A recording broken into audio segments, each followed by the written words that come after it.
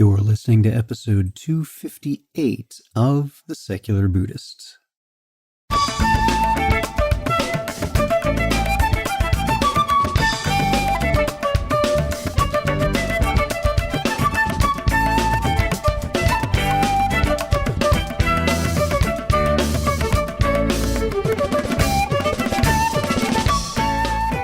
Welcome to The Secular Buddhist. I'm Ted Meissner. The Secular Buddhist is the official podcast of the Secular Buddhist Association, a grassroots-driven effort to answer the needs of secular teaching and practice for contemporary society. The podcast has interviews and roundtable discussions pertaining to engaged Buddhist training and practice, and the SBA website has show notes for each episode along with resource materials. Though the podcast focuses on core practices from a secular viewpoint, more traditional teachings are welcome and openly discussed. Alexander Wynne returns to speak with us about historical authenticity of the Buddha.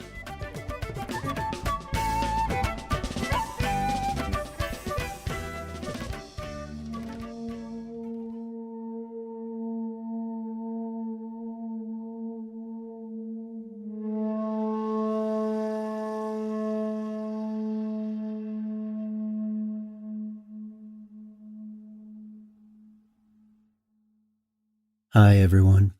Before we begin today's episode, I'd like to mention that this podcast and the supporting website, discussion forums, our live online practice circle, and other services provided by the Secular Buddhist Association are supported by you. If you find this episode or any other offerings helpful to you in some way, I ask that you take a moment and visit secularbuddhism.org and click on the contributions button. There are many ways you can help, which are listed on that page, and if you make a donation, it's tax deductible and helps ensure the SBA is able to continue the exploration of secular Buddhism. Thank you. We're glad to have you join us in the conversation. What would it mean to your practice if we discover our historical understanding of Buddhism was not correct? Not in a little way, getting someone's name a little wrong, something larger, something that might change the accuracy of the teachings themselves. Would that matter to you? When I think about this question, to me it really doesn't change anything because my secular approach is one of exploration, of testing for myself, and not accepting Holy Writ as is without error. But what if you happen to place a large portion of your identity as a Buddhist into a vested interest in the accuracy of the Pali Canon? Alexander Wynne is currently a lecturer in religious studies at Liverpool Hope University and also a research fellow at Oxford Center for Buddhist Studies and associate fellow of the Dhammachi Tipitaka Project at Wat Phra Dhammakaya, Thailand. So sit back, relax, and have a nice, not your father's root beer. Our guest today returning to us is Alex Wynne. Alex, welcome back to the podcast. Hi, Ted. Nice to be back. So nice to be speaking with you again. I'm wondering if, for folks who remember that we were speaking with you before, you've had things change a little bit in your situation, so there probably won't be any chickens in the background of your Thailand location. Right, yeah. Tell us a little bit about that. What's been happening with you in your life? Well, in the last interview I gave here was not quite 2 years ago. I was working in Thailand on the Dhammakaya Tipitaka project, so working in Thailand, just north of Bangkok. So there are plenty of chickens about there. Since then, I've come back to England, where I'm from. I've been lecturing the last year at Liverpool Hope University, and so definitely not any chickens here. I'm still associated with the project in Thailand and helping them with their work. But at the moment, yeah, I'm based in the UK. Excellent. Well, I'm so glad you're back. And how was the project progressing when you shifted and came back home? Well, I mean, it's still very early days. I think a few different things were happening. I mean, one of the things is that, reading the manuscripts and looking at them, we're finding out so many things that it was a bit more than probably was expected. And so that slowed the project down because there's a lot of material, a lot more things to come out. So academically, things will start coming out. They will definitely start coming out fairly soon, and it will move Pali studies on quite a lot and make our understanding of the Pali tradition in India, Southeast Asia, Sri Lanka advance a lot as well. So that lots of advances and good stuff will come in the future. Terrific. So let's shift a little to the conversation we're going to have today. And this is going to be a bit of an exploration and some thoughts to offer, not so much conclusions drawn, on this idea of the historical authenticity of Dhamma, of Buddha, and what that might mean to us. And there may be several different answers to that. Why don't you say just a bit about this topic and some of your understanding of it? Well, I mean, there's so many different dimensions to this. I think on one level, we're dealing with a major world religion where this is a faith that people have and they believe in that. And that is, for Westerners who are interested in Buddhism, people in Europe and America, people who weren't Buddhists previously, they are coming to an ancient tradition from a very different cultural perspective. We live in a rationalistic scientific age, and faith is not something that comes very naturally to us. That attitude, that approach is maybe a lot different from the traditional approach. So there are many different dimensions with regard to individual practice of meditators in the West. And maybe a major issue would be, does it matter if the Buddha existed or not? This is a historical debate that's been going on for over 100 years now. Was the Buddha a mythical figure? Did he really exist? Does that even matter to us? I mean, will that affect a person's faith? Or if you're a meditator, does that matter to you in terms of your practice? If your practice is good, what difference does it make whether some historical figure existed or not? I think these are the sort of issues which, they sort of straddle the academic and practitioner world. Yeah, I'd agree. There are some different dimensions to this that, as you mentioned, there are those who perhaps grew up in a very traditional setting where this is a religious tradition with all of the trappings, and there is a strong faith of those who are part of it. And that includes faith in the Buddha in a very strong figurehead kind of way. And there can be also adoptees who are Westerners who have that strong faith, of course.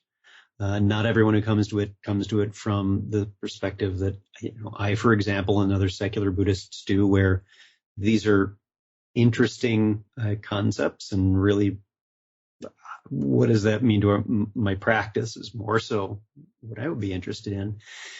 So I'm kind of curious, what are some of the things that you're aware of, if you've done any study in this or read things about it, that are some of the different sides of the yes or no of the historical authenticity of Gautama? Is there something that's come up recently that's thrown light or darkness on that? I don't think there's been anything essential that is. There are no great new finds. There's no Rosetta Stone that has come up in the Buddhist world. There have been some new, maybe archaeological finds, which sort of make us question our knowledge a little bit.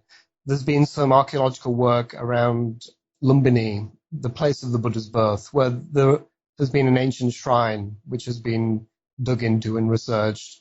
And some of the findings from that has put the shrine back, a few hundred years maybe, beyond what we think are the dates of the Buddha.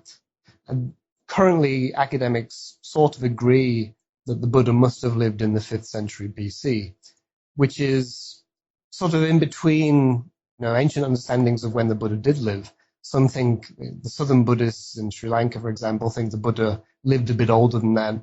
Eastern Asian Buddhists, Northern Buddhists, Mahayana Buddhists think the Buddha came about a bit more recently than that. And so the 5th century BC has been sort of accepted by most people.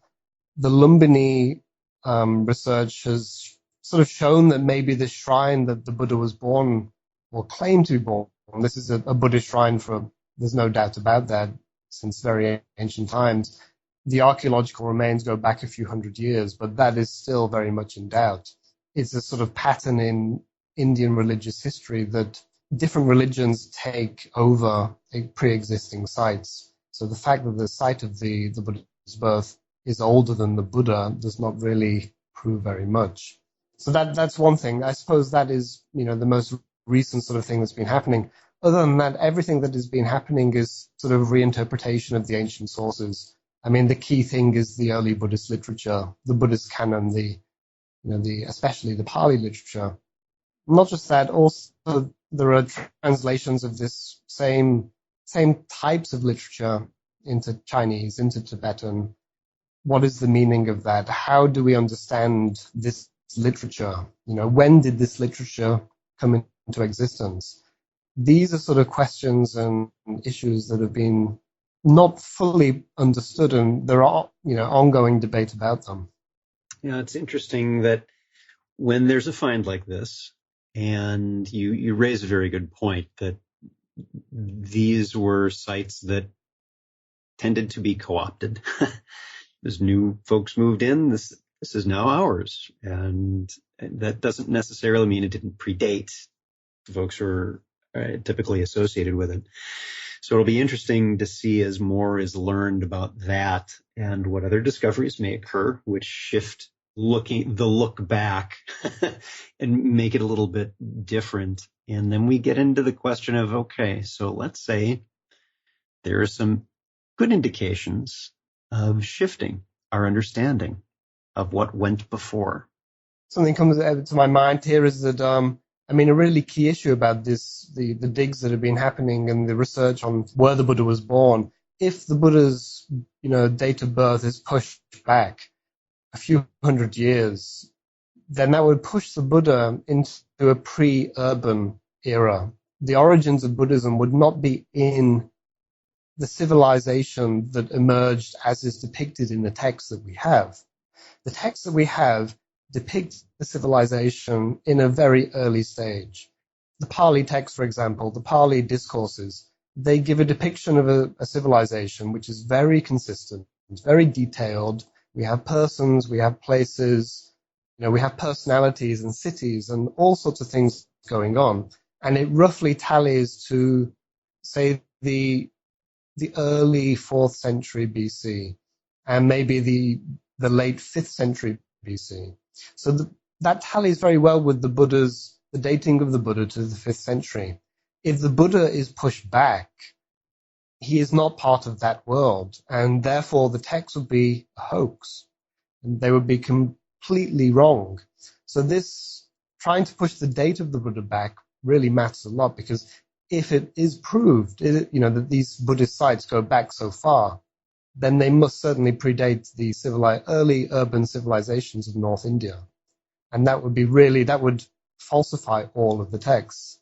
So there's, some really big issues historically, and then, with regards to people's faith as well. Yeah, it's interesting to think about this idea that, let's say that is the case, that Gautama is an historical figure, but from an earlier time where 100 years makes a huge difference.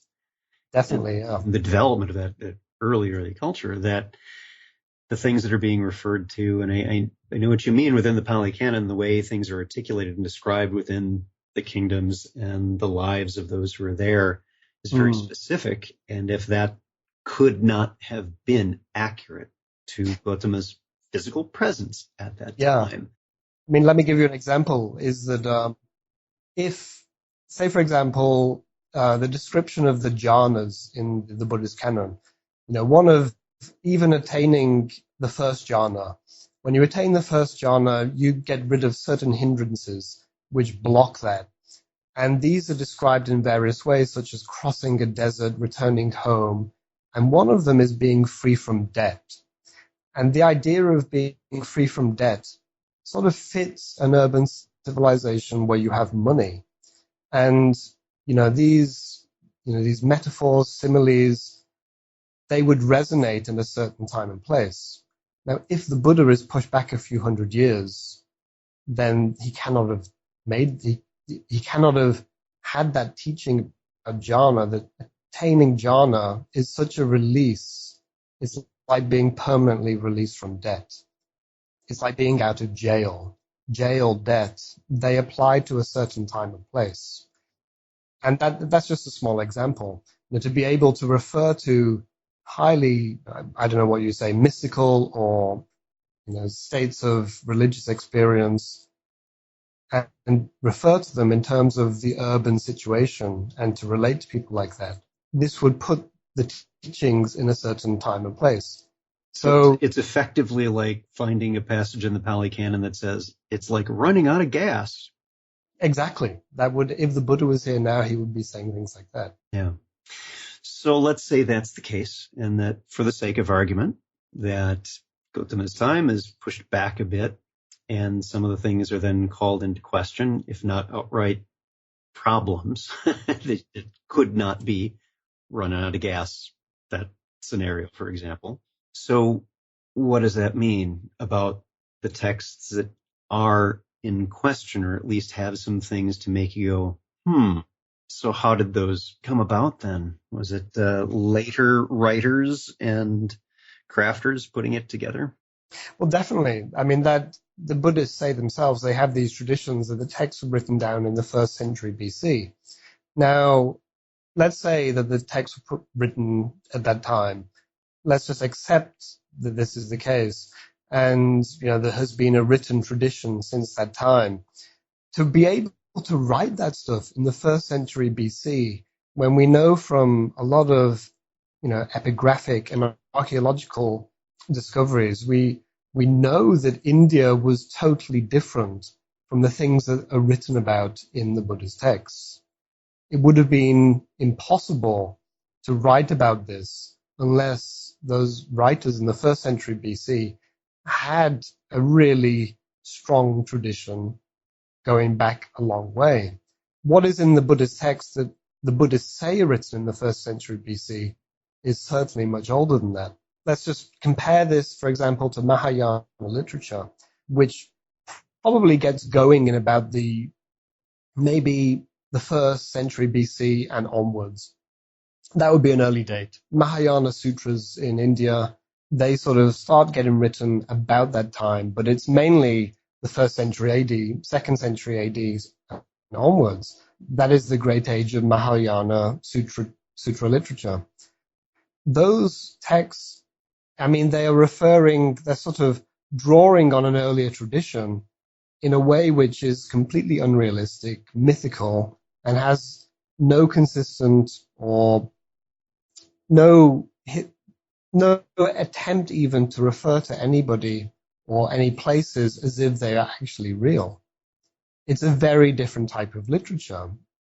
There are many important teachings in this literature, but there is no attempt to be historical about it. The Buddhist literature written in the 1st century BC is of a completely different nature. So how do some of these effects show up today? What are some of the opinions being floated and perhaps in some cases, if you know of any, justifications that are being brought forth as why, no, that couldn't be, everything's fine, when maybe not so much? Well, let's go back. At the beginning we were talking about there is an academic dimension to this. As a historian, these historical issues that we would just like to understand, like maybe the ancient Greeks, the ancient Romans, it's world history. The other thing is it's a world faith, so this matters a lot more to people than just abstract history. I suppose, why does this matter? Why is this an issue now? Why do people, get worked up about the historical Buddha? Certainly in the academic world, this seems to be something that academics seem to go out, some of them seem to go out of the way to, deny that the Buddha existed, to try and give the impression that the Buddha must have been a mythical figure, possibly made up. In the early 20th century, mid-20th century, the debate goes back further than that, but for example, Etienne Lamotte, the French scholar of Buddhism. He thought the Buddha was a myth. He thought that Buddhism, Buddhist teachings, Buddhist traditions about history were probably just made up.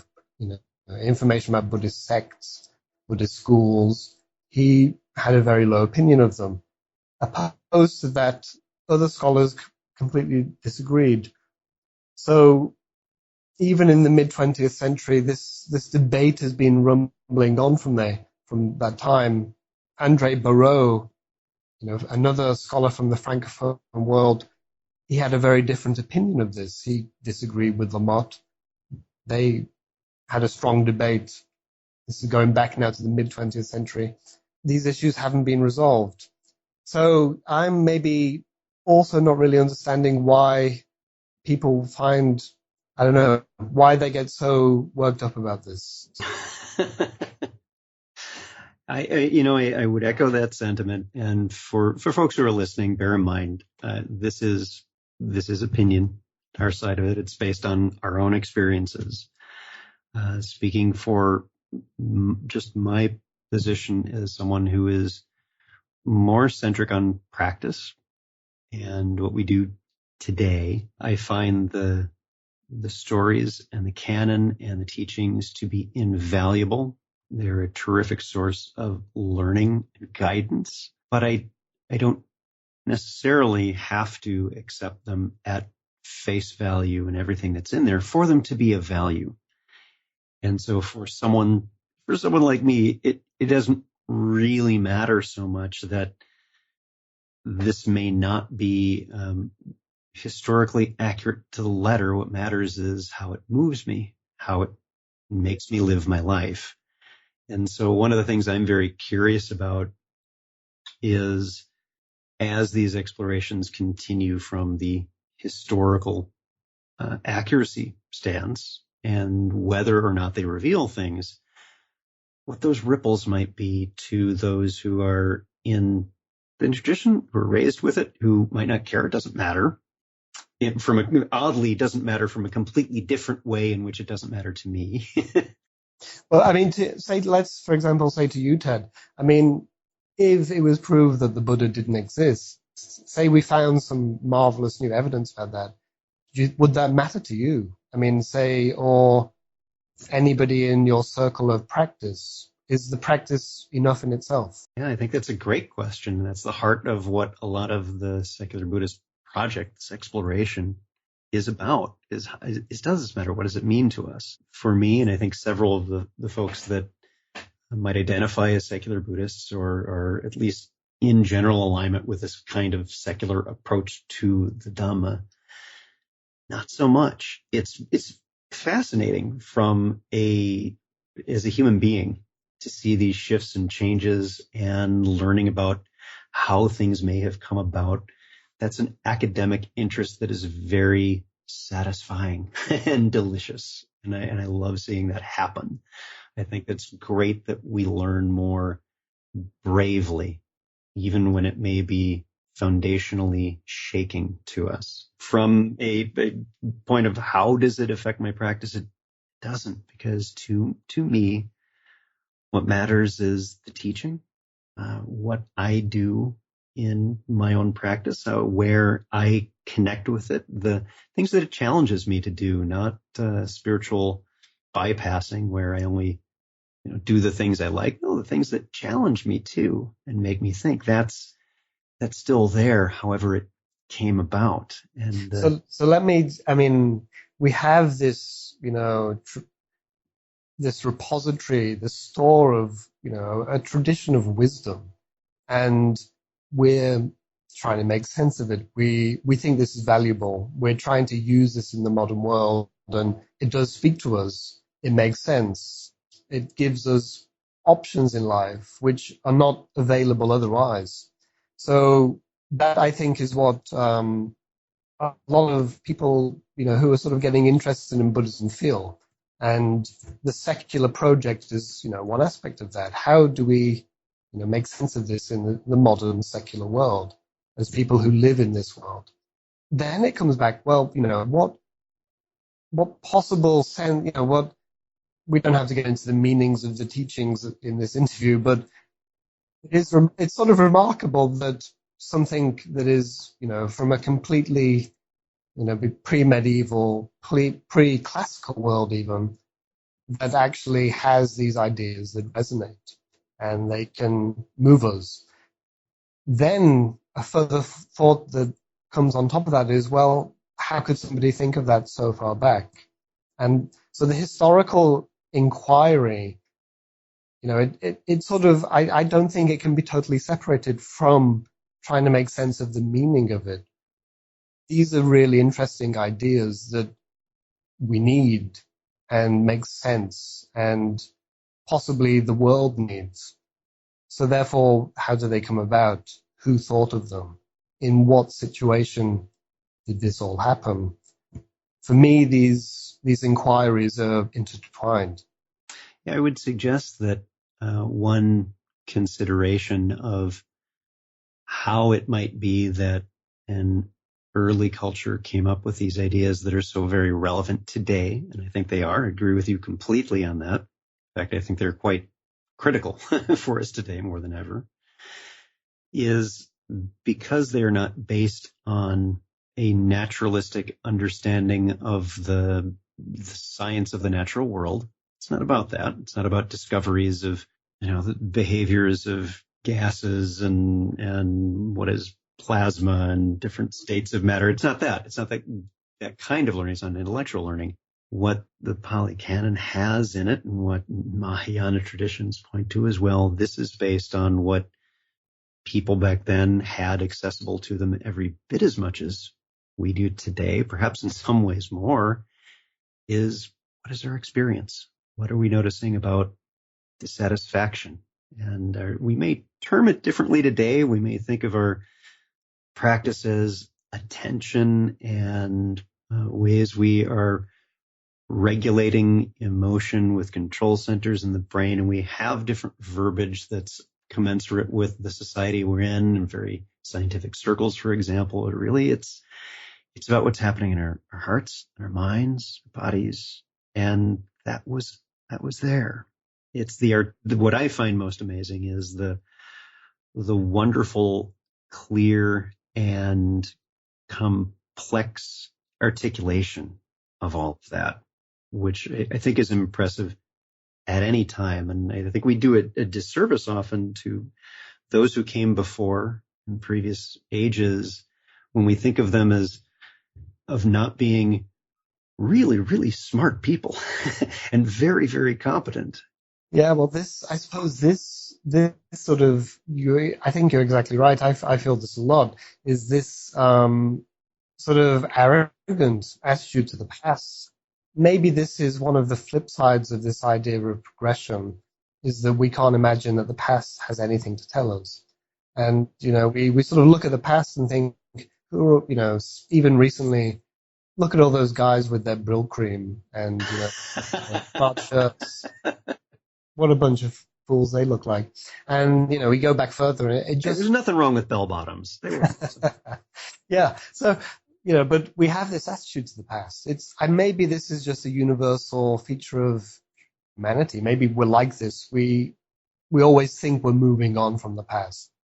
But, maybe this is just a feature of the modern world is that we think like this. When in fact, maybe in the past, people have always valued the traditions. And so it could be. I mean, I know there are some traditions and people who see those in the past as being giants, and that we'll never be as great as our forebears were. And so there's that too. And that's definitely that. We see both. Some of it is like, wow, those guys thought the earth was flat. Oh my goodness. I'm like, not necessarily. So let's not dismiss everything based on, well, no, they hadn't landed on the moon yet. So yeah, we have these contrasting things in the modern world, don't we? Is the past was, the halcyon age. It was the great age. That was when our virtues were at their maximum. And then there are the other side. So maybe that's the conservative view.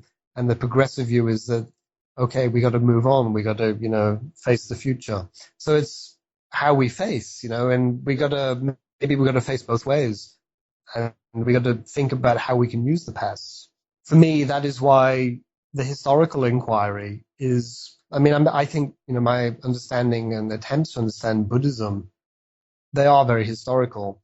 It's the ideas, though. The ideas cannot be detached from how they arose, where they arose, in which particular context they arose. And so it sort of galls me a little bit when people can say very flippantly, oh, well, maybe the Buddha didn't exist. We have no evidence of that. The texts are only very recently written by some scribe, maybe in northern Burma or something, or there's no video of the Buddha, let's face it. So how do we know that he existed? That sort of skepticism. It's very easy to make that, but it's a little bit too easy. Maybe it's not the right way of putting the issue. Yeah, and I would agree with you on the idea that the ideas being inseparable from the context in which they arise simply because of some of the dependencies you already mentioned. That this idea of debt, for example, well, you need some kind of procedural infrastructure in place for that to be a thing. You can't run out of gas if you don't have gas in automobiles. So I agree with that. It's where I might suggest that going back to this idea of timelessness, how this stuff still applies today, is that the metaphors may shift and some of the wording and the ways we characterize things, I completely agree. That's going to be very culturally embedded, and that's not something we can sever. But the ideas apply today too, and so I would be interested to continue to explore this. And this is not new, this idea of, well, you can't separate out some things. Like, well, if it can only be contextually relevant with India of ballpark 2,500 years ago, that means it's irrelevant to us today. And that's not the case. Well, no. And this is also where history comes important. Maybe India back then, maybe the particular urban society that, the Buddha was moving sort of in and around, maybe that has lots of features that sort of resonate with us. Maybe it was an age of change in ideas and the way of thinking about things that made the Buddha question, made him wonder about the foundations of his knowledge and also about the ultimate ends of the human experience and what we're doing here. So understanding that properly really can help us situate a very original thinker. That is the conclusion I've come to. And so maybe that is why I suppose I'm a historical positivist. The Buddha existed. He was a person with particularly brilliant ideas. And to try, okay, there are the mythical elements. This cannot be denied. The Buddha is said to have a miraculous birth. Miracles occur at his death as well. There are earthquakes. There are heavenly flowers raining down. And there was the glow and the hands hanging below his knees. Let's not forget that somewhat noticeable feature. Yes, there are many miraculous things which happen around the figure of the Buddha. This is only to be expected. The interesting thing is, the many pages of very ordinary things where he is just a person giving teachings. And, and no one's saying, oh my God, look at that freakish being. It's not. It's this person giving a teaching, and no one's really, unless there are a lot of folks walking around with extraordinarily long arms and were able to lick their eyebrows. I don't think that's the case. I'll be skeptical. I don't think that's the case. I think that is probably part of some mythical development that we still don't properly understand. Let us go back to, say, what is classed as the second Buddhist sutra in the Pali Canon, is the Sarmanyapala Sutta. In this sutta, King Pasenadi Ajatasattu of Magadha comes to see the Buddha. So the Buddha's there sitting among his bhikkhus. The king comes along. The king doesn't know who the Buddha is. He is not distinguishable from the general mass of monks sitting there, in the park, where the Buddha is giving a teaching.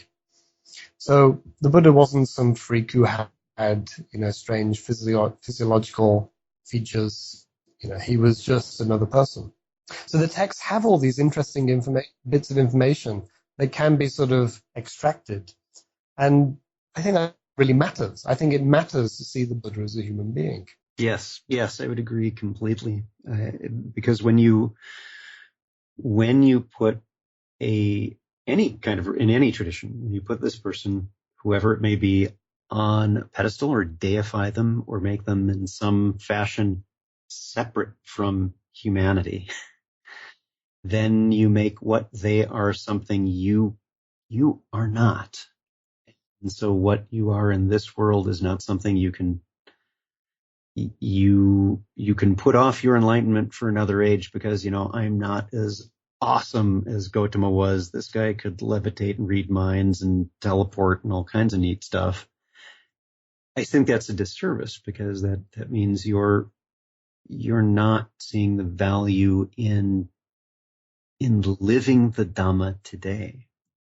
Yeah. So, okay. I mean, therefore that is maybe, I think that helps actually to know this and to understand this and to, think about this, to read books on this. This can help a person's practice in, the modern world to see the Buddha as a person.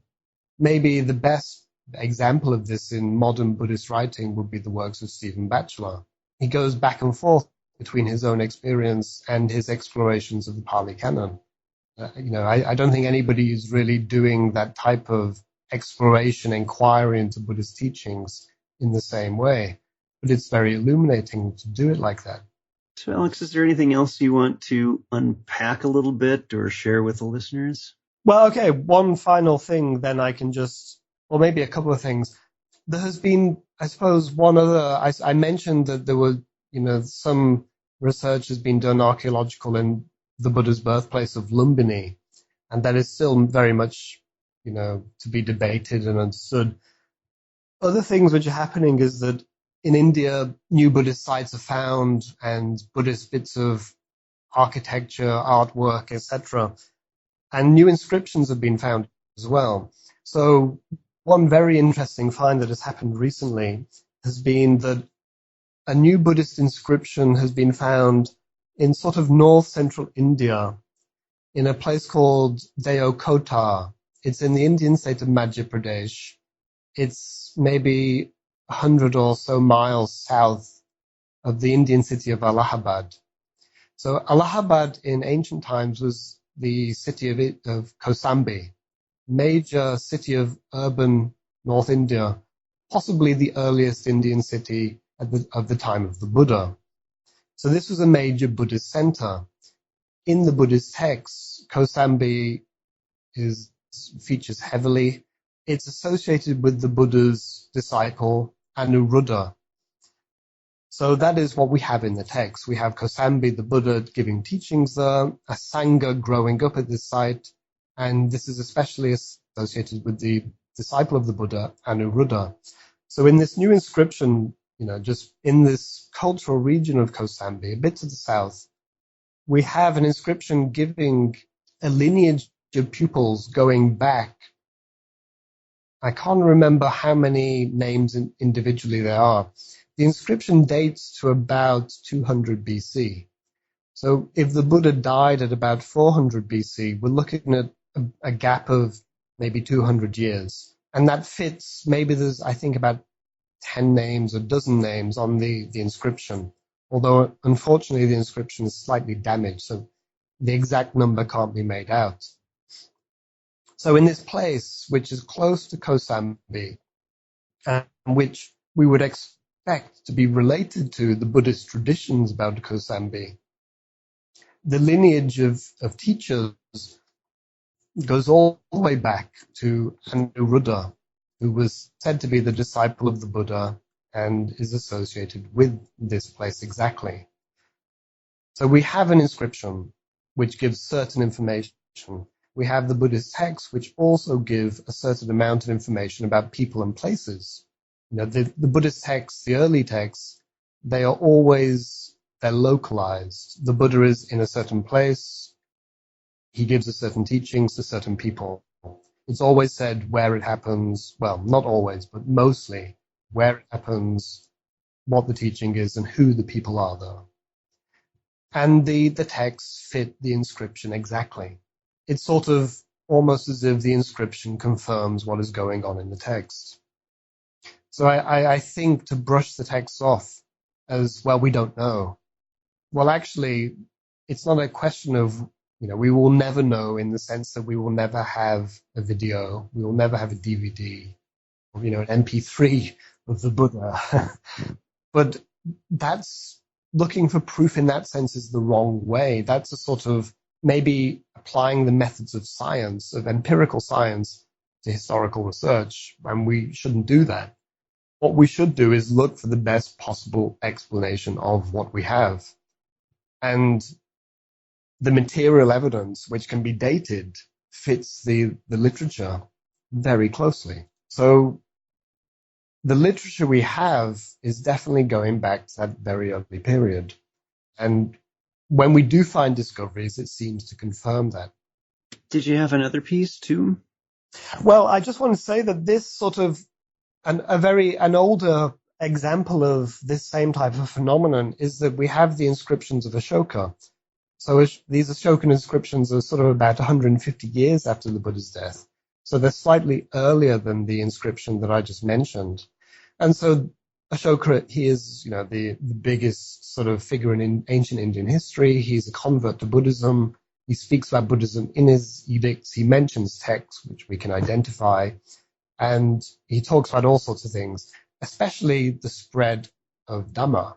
So Ashoka talks about the spread of Dhamma. He talks about sending his envoys to various different kingdoms, including the Greeks the Asiatic Greeks, the Yonas, the Ionian Greeks, and also to Sri Lanka and other places. So we have that written in the inscription. We have similar sort of evidence written in the Buddhist chronicles of Sri Lanka. Now, the Buddhist chronicles of Sri Lanka mention Buddhism coming to the country due to the sort of some sort of missionary efforts in the Ashokan era. And so it sort of looks as if they're looking at the evidence from the Buddhists and Ashoka are looking at the same event from their own perspective. And then it fits very closely together. So that is what we have from the Ashokan edicts and the Buddhist texts, the Pali texts in Sri Lanka. A long time ago, maybe over 100 years, in the Buddhist site of Sanchi, not far from the inscription in Madhya Pradesh I was just speaking about, another Madhya Pradesh site, really important site for Buddhist India in Sanchi. The British, when they were in India, they excavated Sanchi and found reliquaries in the stupas of Sanchi, which had the names of exactly the same missionary monks who are said to have been part of some of these missions related, that happened in the time of Ashoka. So we have 3 bits of evidence here. Ashoka says that he spread Dhamma.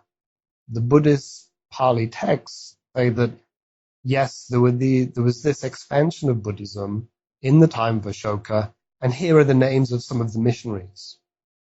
And then in these inscriptions on reliquaries, so these reliquaries are containing the bones of these dead monks.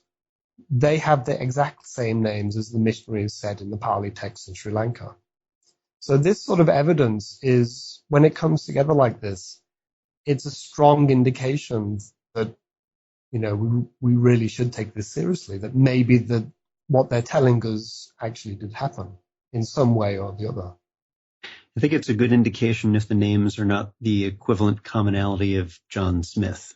And I mean that quite seriously, because we see the same thing in Christianity where, a vault was found with these names on there. Yes, and those names were like John Smith. They were the most common names of the time. So one of the questions that I would have, and the same kind of question I have on one particular aspect of rebirth I'll mention in a moment, is, yes, that would be great evidence, but do we know that every missionary sent out didn't have these names, because do we know, we maybe don't know that, so that the names are common. It's great. It's a nice indication, but it's not what I would call proof. It's something for us to just be aware of. We don't know, were there many people with those names in? And it's the same pushback that I use when we look at the past lives of the Buddha, and all of them are names of a particular culture. And there's not a Mork of Orson. There's not a Bob Smith. It is never a past life. It's always from this culture, from different places and times. And I don't see recollections of my life as a bacteria or as a wombat or as a penguin. It's always, no, I was a person, and here is my name, and it matches this cultural identity in which this milieu exists. So I find that to be extraordinary. Yeah, one has to take the accounts of people, who remember past lives with maybe a pinch of salt. It does seem to happen always in a village which isn't very far away.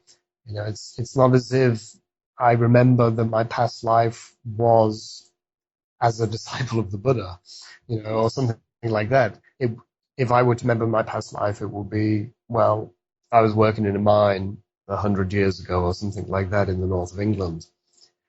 That's that. I was a regular person, not I was John F. Kennedy. Exactly. I was not John F. Kennedy in my past life. I was Bob Smith. But yeah, that's true. That's true. I mean, one has to think about what is the correct degree of doubt to have here. How skeptical should we be? Appropriate skepticism versus denialism, which is any excuse to dismiss it, which we see in creationists in dismissing hard evidence for evolution. For example, asking for, well, we don't have videos of dinosaurs in the same way that we don't have an MP3 of Gautama speaking. We're never going to, but there are things that we can ascertain based on repeatable, predictable evidence that we do see. And I think we see similar things here where, for example, in biology, there is the prediction of within this strata, we should see a creature that looks like this. And so they went looking for it, and they found it, and it was Tiktaalik. And the excuse given by creationists was, well, that's just another gap on either side in the evolutionary tree. And so nothing is accepted, even though, no, that's what we should find. This is what we would expect. It may be the same thing here, that we've seen records of these particular monastics were said to leave.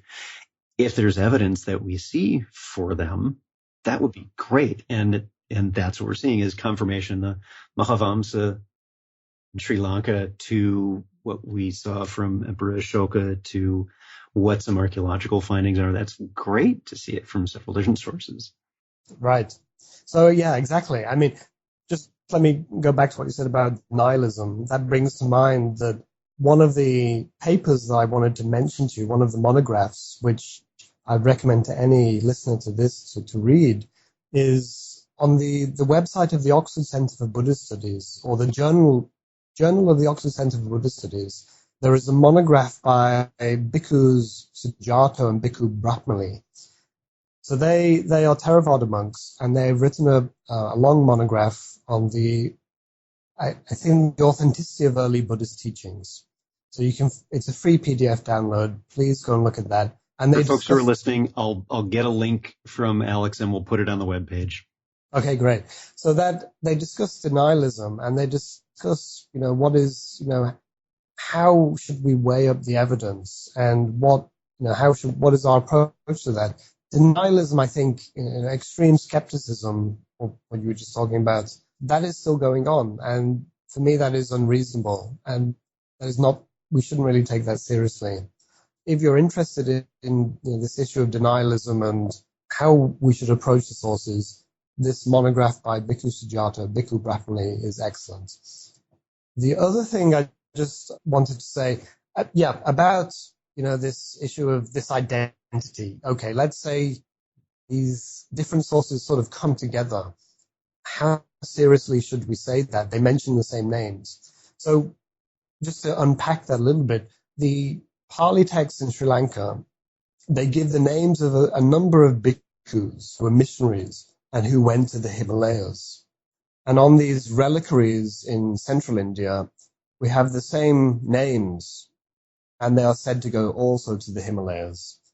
It's not just the names of the people, it's also the place, and the date of it is also important. So this is occurring, the reliquaries are sort of people who could have been doing that at the date the Pali texts say, and they're going to the same place. And either way, just finding the reliquaries themselves is fascinating as a finding. Yeah, I mean, gosh, to live in that age where you could go into India and dig into a hole in the ground in a Buddhist site and get these reliquaries, and some of them say that this is, contains bones of the Buddha. That is incredible. So this actually happened, and they did this. They got these reliquaries, and they give these names, and the same names in the same places, missionaries to the same places, occur in completely separate sources which have been transmitted thousands of miles away.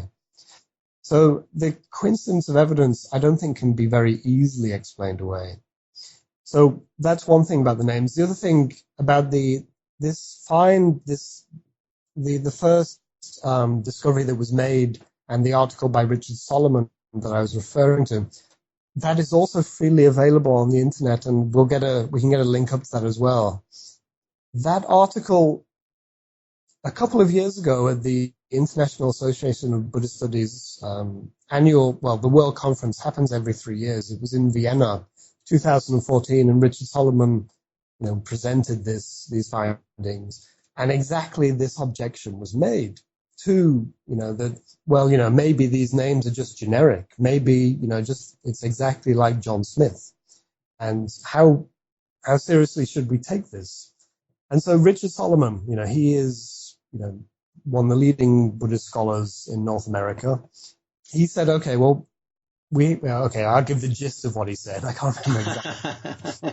But I can remember some of the words he said, which I will give in a second. The gist of what he said was, well, the Pali texts give the names of this disciple of the Buddha in this place.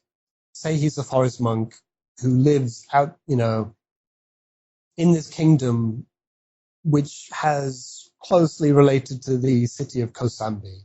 He's in that world. And in exactly the region that would be expected, we have the same name. We have a lineage of pupils going back through this disciple of the Buddha in exactly where we would expect. So someone said, well, we don't know if this Anuruddha, this disciple of the Buddha, is the same Anuruddha. It could just be somebody else. And that could be the case.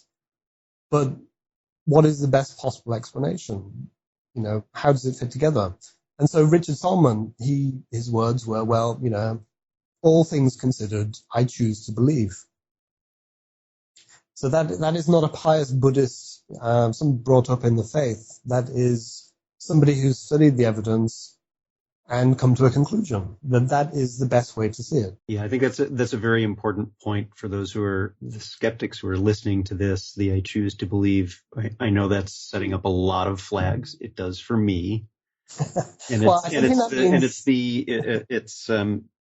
I don't think we'd Pascal's wager of, but what if you're wrong? Oh, I choose to believe. It's not that. When as you're saying, Alex, it's not belief in the faith, 1 Corinthians sense. This is, I'm accepting the evidence because the evidence is very strong and it's reasonable to accept it.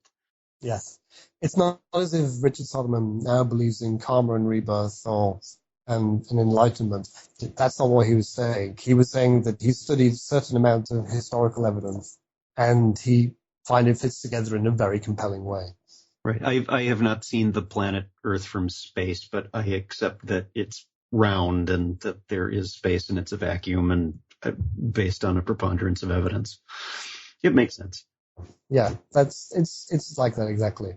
Wonderful. Alex, thank you so much for being here. Folks listening to the podcast, I will have a link to the articles that we were talking about, and also several of the books that Alex has put together as well, including Buddhism in Introduction and some others. Alex, thank you so much for being here. A pleasure, Ted. Nice to speak to you.